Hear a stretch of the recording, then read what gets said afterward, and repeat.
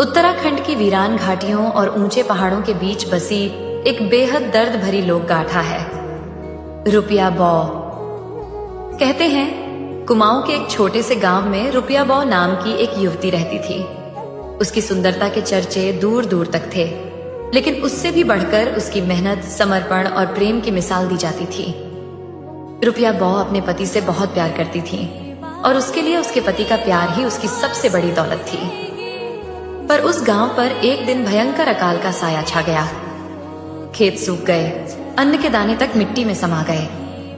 भूख प्यास के तांडव के बीच रुपिया बौ का पति गांव छोड़कर परदेश कमाने जाने को मजबूर हो गया।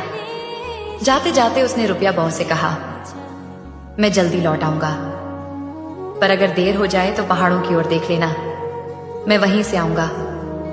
उस दिन के बाद रुपिया बौ हर सुबह घर के आंगन में खड़ी होकर पहाड़ों की ओर देखती।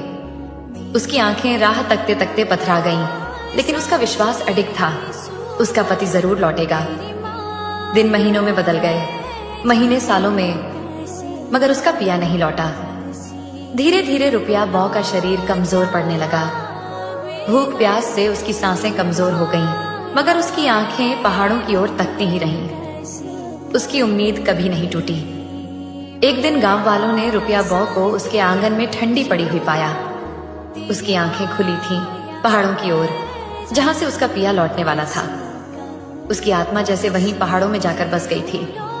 लोग कहते हैं कि आज भी जब शाम ढलती है, जब ठंडी पहाड़ी हवा घाटियों में बहती है, तो उन हवाओं में एक करुण पुकार गूंजती है, ओह मेरे पिया लौटा, ओ मेरे पिया।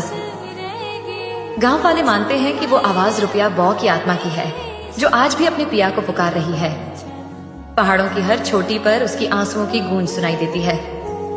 यह एक काल्पनिक घटना पर आधारित लोक गाथा है, जो उत्तराखंड की पहाड़ों में बसे उन घरों की महिलाओं के दर्द को बयां करती है, जिनके प्रियजन रोजी रोटी की तलाश में परदेश गए और फिर कभी लौटकर नहीं आए।